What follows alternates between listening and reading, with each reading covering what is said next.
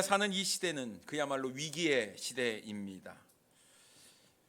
전쟁이 끊이지 않습니다. 국가와 국가의 전쟁이지요. 우리가 잘 아는 대로 러시아와 우크라이나가 아직까지 전쟁을 멈추지 않고 있습니다.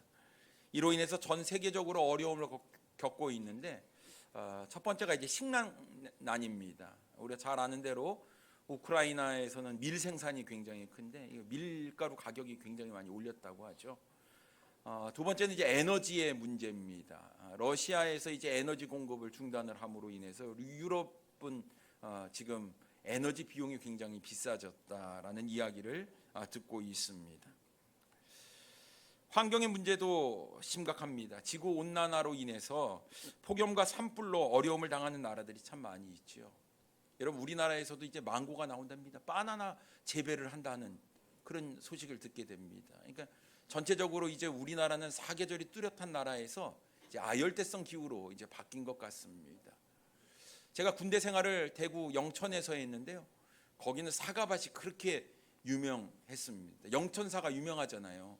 근데 이제는 사과가요, 저기 38선 이북으로 올라가야 된다는 그만큼 나라가 더워졌다, 지구가 뜨거워졌다는 것을 우리가 알 수가 있습니다.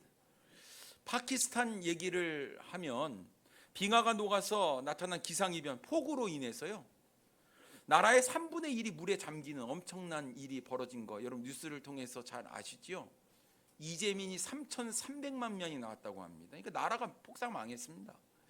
이런 일들이 이제 우리 주변에서 비일비재하게 일어나고 있다는 것입니다. 얼마 전에 우리나라도 태풍으로 인해서 큰 피해를 입었죠. 서울 강남이 물에 잠기고 비싼 차들이 다 침수가 되는 일들이 일어났습니다. 포항에서도 지하주차장에서 사람이 죽는 일도 일어나게 되었지요.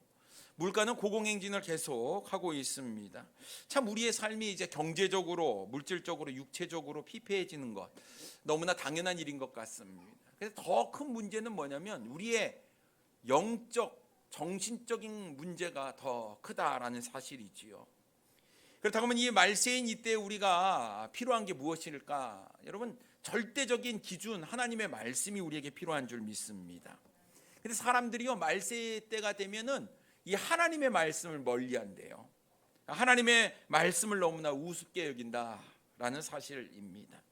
하나님을 섬기고 있지만 진정으로 섬기는 사람, 또 하나님을 믿는다고 하지만 진정으로 믿는 사람들이 드문, 그러니까 형식만 있고 이름만 있는 그리스도인들이 많은 때, 그때가 바로 우리가 사는 이때가 아닐까 싶습니다.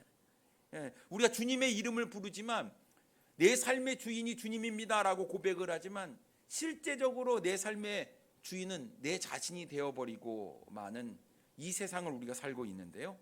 여러분, 우리에게 중요한 것은 어찌됐든 하나님의 말씀인 줄 믿습니다.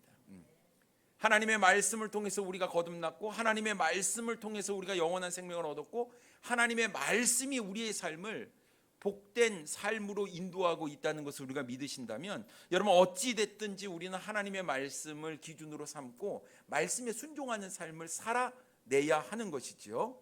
그래서 오늘 우리는 본문 말씀을 가지고 주의 뜻을 따르라 라는 제목으로 함께 은혜를 나누기를 원합니다. 첫째로 우리가 위급한 순간 선택의 기로에 서게 된다라는 사실입니다. 여러분, 위급할수록 뭔가를 선택을 하게 되잖아요. 이 선택을 좀 지혜롭게 잘해야 될 텐데, 여러분 위급한 상황에 몰리게 되면 우리 선택을 너무 성급하게 하게 된다는 사실이 있고요. 그 성급한 선택이 잘못된 결과를 가져올 수 있다라는 사실이지요. 오늘 본문에 보면 사울이 다윗을 죽이려고 했습니다. 여러분, 그 이유가 무엇이었냐 하면 소년 다윗이 골리앗을 향해서 나아가 싸워 승리를 하잖아요. 그리고 돌아오는데 여인들이 나와서 이야기를 합니다. 뭐라고 이야기합니까? 다윗이 죽인 자는 만만인데 사울이 죽인 자는 천천이다. 그러면서 다윗을 막 높이는 거예요.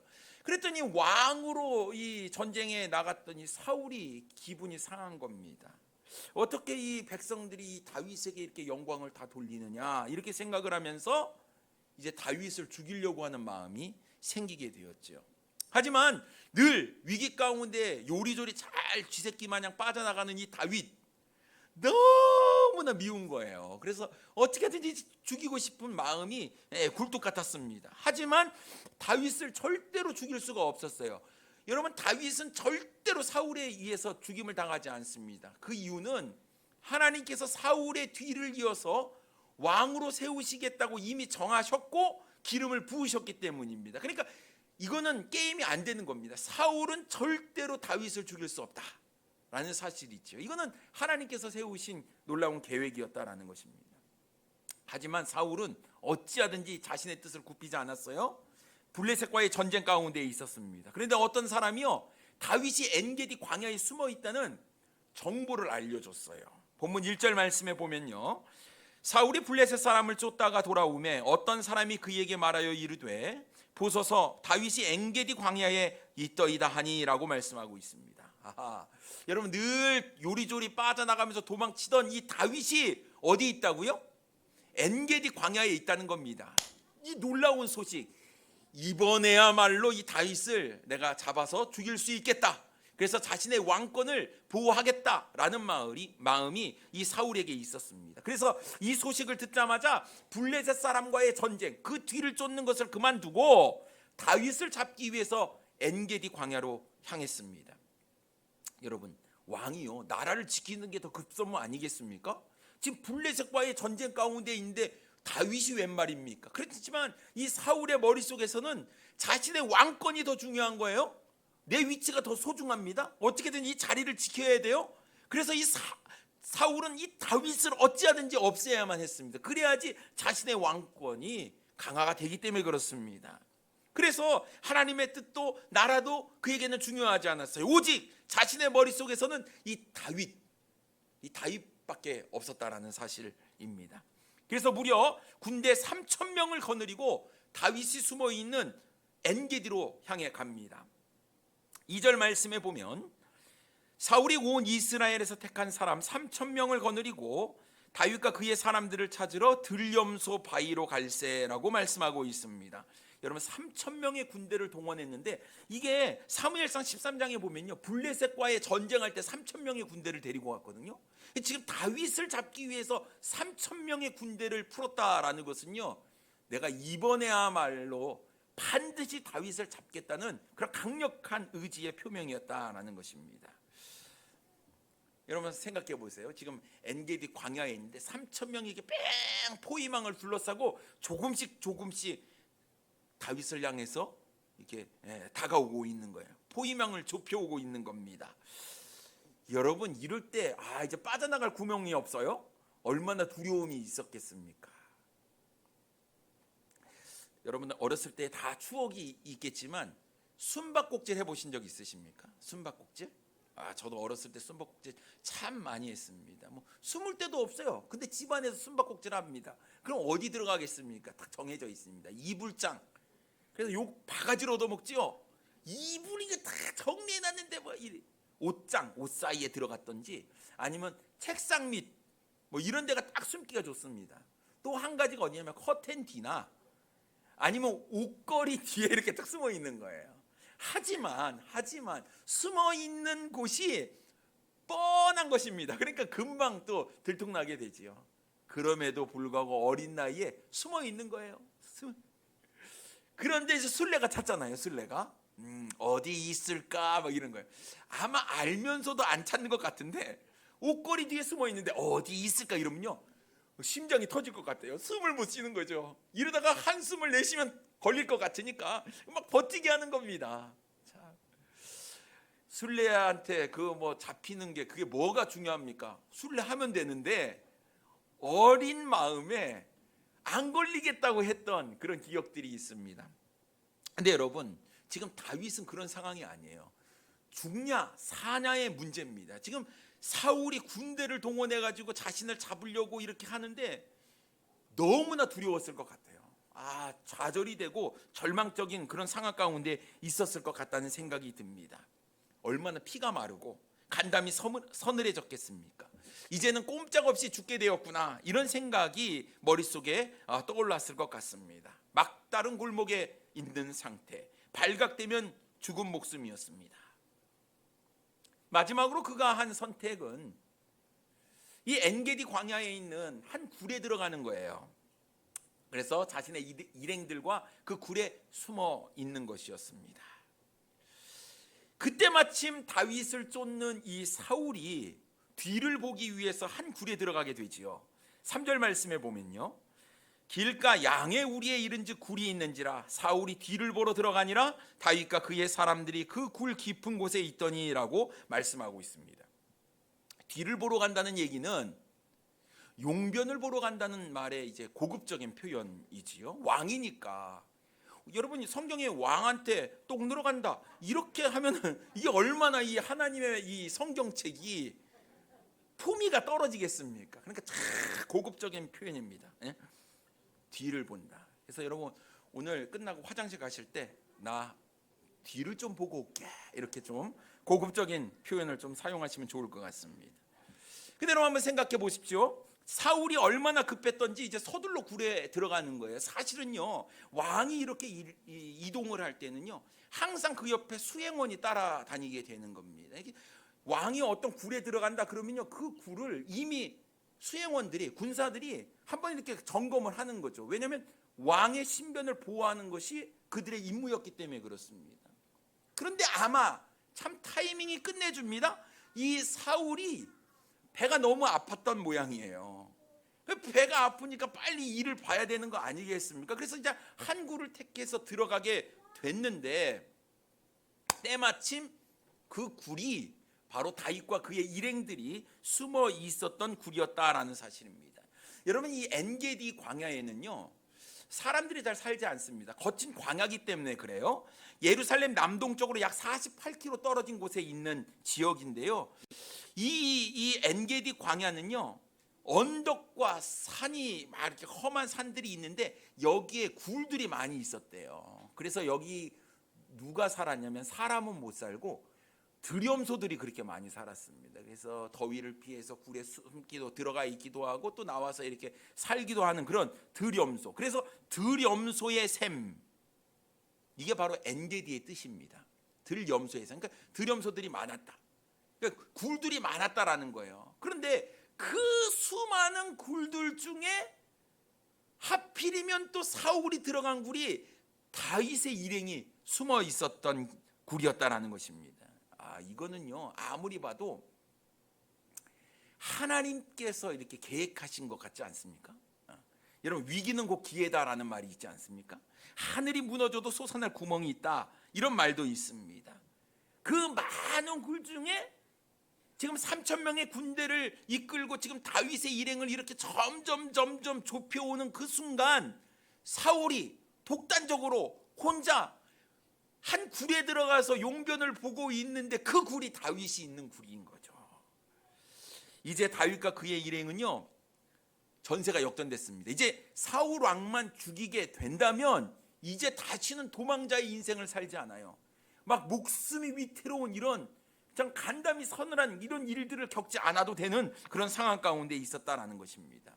좋은 찬스죠. 이제는 사울만 죽이면 모든 것이 완벽하게 끝이 나는 겁니다.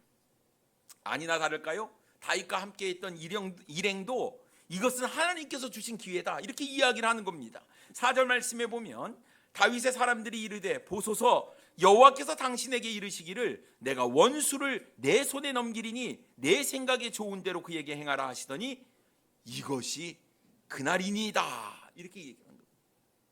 다윗이여 이날이 그날입니다. 원수를 당신의 손에 넘기셨습니다. 이 얘기는 무슨 얘기입니까? 사울을 빨리 없애라 라는 이야기입니다. 백성의 마음은 이미 다윗에게 쏠려 있었습니다. 다윗에게 만만을 돌렸기 때문에 그렇습니다. 그래서 이제 사울이 죽으면 차세대 왕으로 이제 다윗이 왕의 자리에 올라가는 것은 기정사실입니다. 지금 이 굴에서 사울을 죽이게 되면 다윗이 왕에 올라가는 그 시간이 좀 빨라지는 것이죠. 왕이 되는 것은 하나님의 계획이었으니까요. 지금 처한 상황을 보면 분명히 이것은 하나님께서 허락하신 기회처럼 보였습니다. 여러분 우리가 살면서 항상 선택의 기로에 서게 됩니다. 상황이 나에게 너무나 불리하게 돌아가지요. 더 이상 벗어날 구멍이 없습니다. 사면 초과예요. 그런데 이때 한 가닥 희망이 보이는 겁니다. 절망 가운데 빠져 있는데 한 가닥 빗줄기가 나에게 비춰오는데 이 환경에서 벗어날 수 있는 절호의 찬스가 내 삶 가운데 주어진 것이죠. 그럴 때 여러분 어떻게 행동하십니까? 덥석 그 기회를 잡지 않습니까? 야, 이거 하나님께서 나에게 주신 기회구나. 아니, 어떻게 선택해야 될지 이거는 고민할 필요도 없습니다. 왜냐하면 이것을 선택하지 않으면 내가 궁지에 몰리게 되고 이것을 선택하지 않으면 내가 죽을 수밖에 없는데 하나님께서 나에게 이런 기회를 주셨구나. 우리가 생각하면서 이보다 더 나쁜 상황은 없다, 이보다 더 좋은 기회는 없다, 딱 붙잡는 것이 어쩌면 우리의 마음인 줄 믿습니다. 근데 여러분, 우리가 무엇인가를 선택할 때에는 분명하고 확실한 기준이 있어야 한다는 사실이지요. 근데 그때는 잘 모르잖아요. 모릅니다. 내가 이거 올바른 선택을 했는지 잘 모르겠어요. 근데 시간이 지나 놓고 보면 내가 그때 이렇게 했을 걸. 아니, 이거 참 잘했다. 우리가 이런 판단을 내리게 됩니다. 사실 그 당시에는 잘 모르겠어요. 그렇다고 한다면 우리의 선택의 기준이 굉장히 중요하다 싶습니다. 그러면 여러분의 삶의 선택의 기준은 무엇이 되어야 할까요? 하나님의 말씀이 여러분의 삶의 선택의 기준이 되어야 될 줄 믿습니다. 사도 바울이요, 너무나 육체의 가시로 인해서 고통을 받아서 주님께 기도를 3번이나 했어요. 근데 주님께서 이렇게 말씀하십니다. 내 은혜가 내게 족하다. 이 응답을 받았어요. 그러면은 주님 감사합니다 하고 받아들여야 되는데 우리는 그렇게 안 됩니다. 주님 하고 자꾸 얘기하죠. 주님이 그래 알았다, 하지만 내 은혜가 내게 족하다. 그래도 주님, 우리 마음 가운데에는요, 사실 하나님의 뜻보다 내 마음, 내 생각이 더 중요한 것 같아요. 하지만 만약 우리의 삶의 선택의 기준이 하나님의 말씀이라고 한다면 주님께서 가시밭길을 가라, 그럼 우리는 가야 되는 겁니다. 십자가의 길을 가라, 그럼 우리가 가야 되는 거예요. 왜냐하면 그런 순종의 모습이 있을 때 하나님께서 그것을 보시고 우리에게 놀라운 은혜와 축복을 준비해 놓으셨는데 우린 지금 당장 나에게 주어진 상황 가운데에 빠져가지고 우리가 하나님의 뜻, 하나님의 말씀을 기준으로 삼지 아니하고 나의 안위, 나의 평안함, 내 삶이 더 중요한 기준이 되어버리고 마는 것은 아닌가 하는 것입니다. 선택의 순간 상황보다도 내 마음보다도 하나님의 뜻을 먼저 생각하시는 우리 사랑하는 성도님들 되기를 바랍니다. 두 번째로, 어떤 순간에도 하나님께서 금하시는 것은 절대로 해서는 안 된다라는 사실입니다. 3,000명의 군대가 포위망을 점점 좁혀오고 있는 이때 다윗이 잡히는 것은 시간적인 문제였지요. 빠져나올 수 있는, 살 수 있는 절호의 찬스가 다윗에게 주어졌습니다. 그들과 함께한 일행도 이것이 바로 그날이니이다 라면서 다윗에게 하나님께서 원수를 내 손에 넘겼었으니 마음대로 하라 이야기를 하고 있습니다. 이제 더 이상 도망 다니는 그런 삶을 살지 않아도 되고 마음 놓고 두 다리 쭉 펴고 편하게 궁에서 살 수 있는 기회가 자신의 눈앞에 펼쳐졌습니다. 어찌 보면 자신과 늘 목숨을 같이 했던 이 일행들을 생각해 보면 다윗은요, 어쩜 이 사람들의 말을 듣고 이 사울 왕을 죽이는 것이 타당하게 보이는 겁니다. 이때 다윗이 어떻게 행동을 했을까요? 4절 후반부에 보면 다윗이 일어나서 사울의 겉옷자락을 가만히 베니라 라고 말씀하고 있습니다. 뭘 뱄습니까? 사울의 목을 뱄습니까? 아니었어요. 사울의 목을 벤 게 아니라 사울의 겉옷자락 그걸 다 베고 돌아온 거예요. 다윗의 일행들이 생각했던 시나리오가 아니었지요. 야, 우리의 이 도망자의 인생을 지금 끝낼 수 있는 절호의 찬스를 놓친 겁니다. 허무하게 날려버린 것이지요. 지금 이 사울을 죽이지 못하면 다윗의 일행이 지금 죽을 수 있는 이런 상황입니다. 상상조차 할 수 없는 일이 지금 자신의 눈앞에 펼쳐지는 거예요. 굴 안에서 소리도 못 칩니다. 다윗이 옷자락만 베고 오는데 이건 아니잖아요.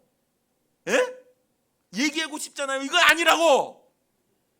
그런데 이 굴에서 소리를 칠 수가 있습니까? 어떡합니까? 이게 애만 태우는 거지요. 그런데요, 다윗의 모습을 보면요, 이 사울의 옷자락만 벤 것만 가지고도 마음이 너무 괴로운 겁니다. 5절 말씀 보겠습니다. 그리한 후에 사울의 옷자락 뱀으로 말미암아 다윗의 마음이 찔려, 이렇게 얘기를 하고 있어요. 왜 마음이 찔렸을까요? 옷자락 뺐는데 왜 그랬습니까?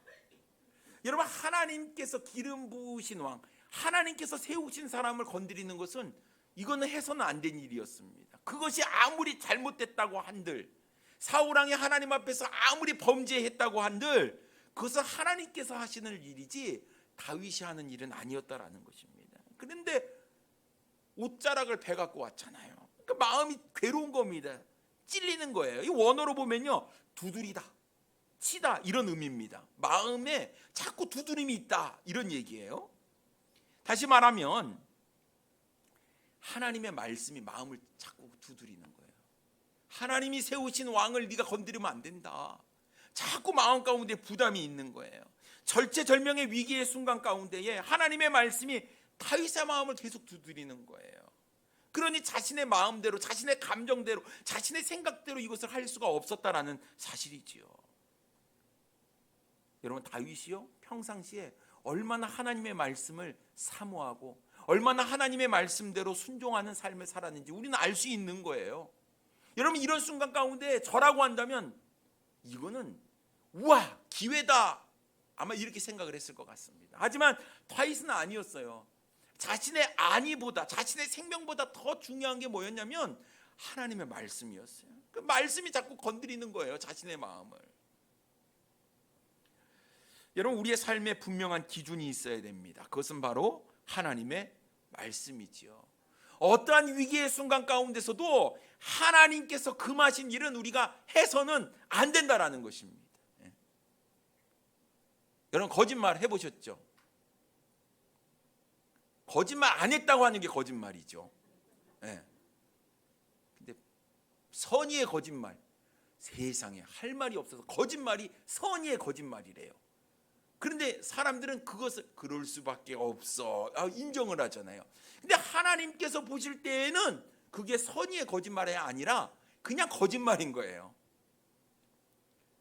근데 우리는 우리 스스로 그것을 정당화, 합리화시키는 마음들이 있다라는 것입니다.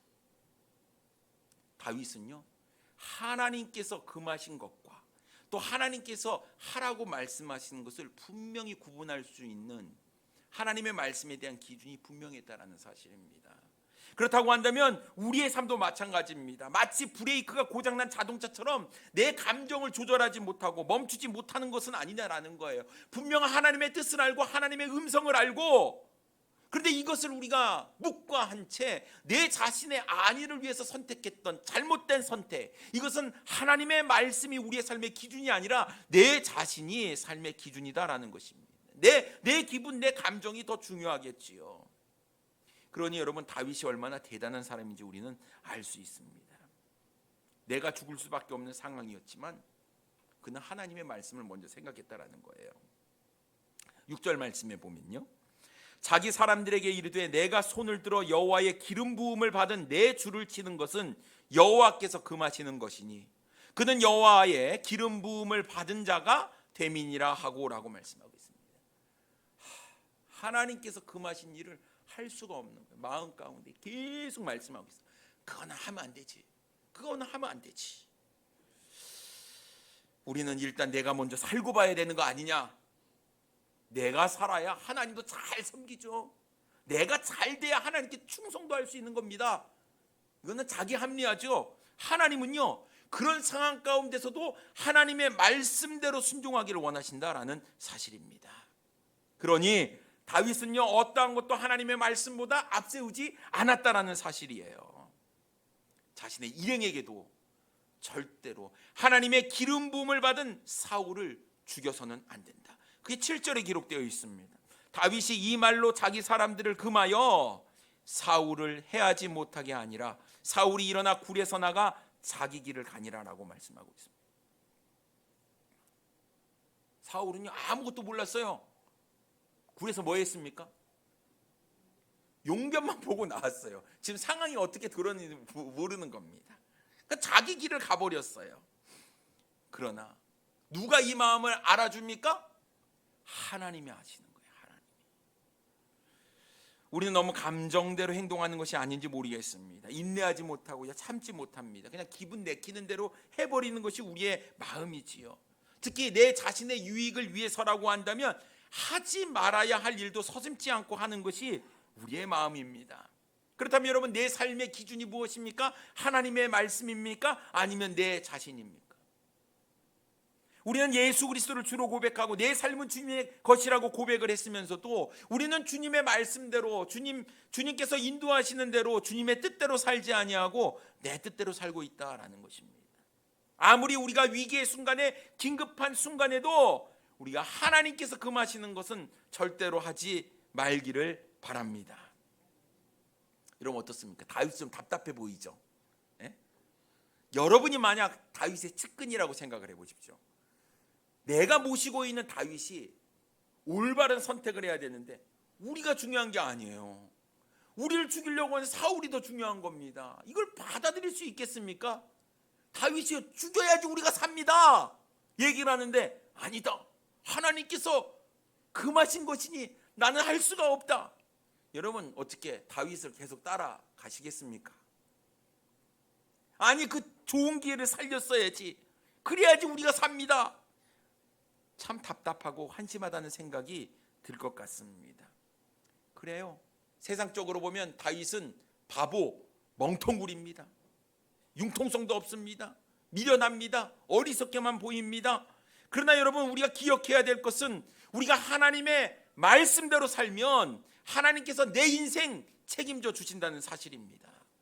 절체절명의 위기 가운데서도 우리의 생명을 쥐고 계시는 주관자 되신 우리 주님께서 우리에게 은혜를 베푸시고 솟아날 구멍을 주시고 하나님께서 지켜 보호해 주시라는 놀라운 믿음이 있다고 한다면 우리가 주의 말씀에 순종해야 될 줄 믿습니다. 그래 다윗이 죽었답니까? 이 굴에서 3,000명의 군대의 포위가 돼서 죽었다, 성경이 이렇게 기록되어 있습니까? 그렇지 않습니다. 하나님은요, 다윗에게 약속한 대로 그를 사울의 뒤를 이어서 이스라엘의 가장 위대한 왕으로 세우셨다라는 것이에요. 단지 왕이 된 게 아니에요. 이스라엘의 최고의 왕입니다.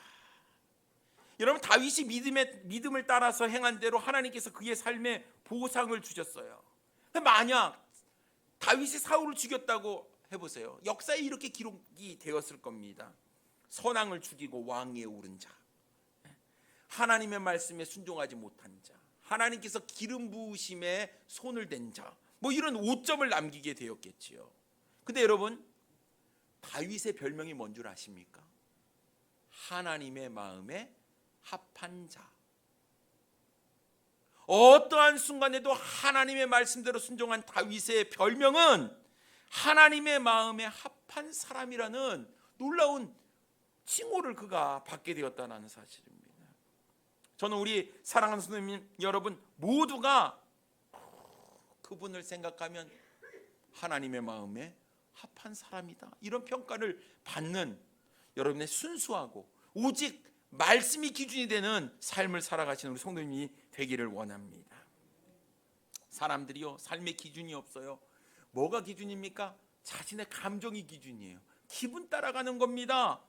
제멋대로 행하는 시대, 중심이 없는 시대가 바로 우리가 살고 있는 이 시대다라는 사실입니다.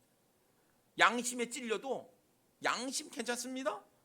돈을 벌 수만 있다면, 내가 힘을 얻을 수만 있다면 눈 한번 찔끔 감고 한번 하지 뭐. 이것이 바로 우리가 사는 이 시대입니다. 그러나 여러분 기억하셔야 될 게 뭐냐면 우리에게도 다윗과 동일하게 하나님의 말씀이 있어요.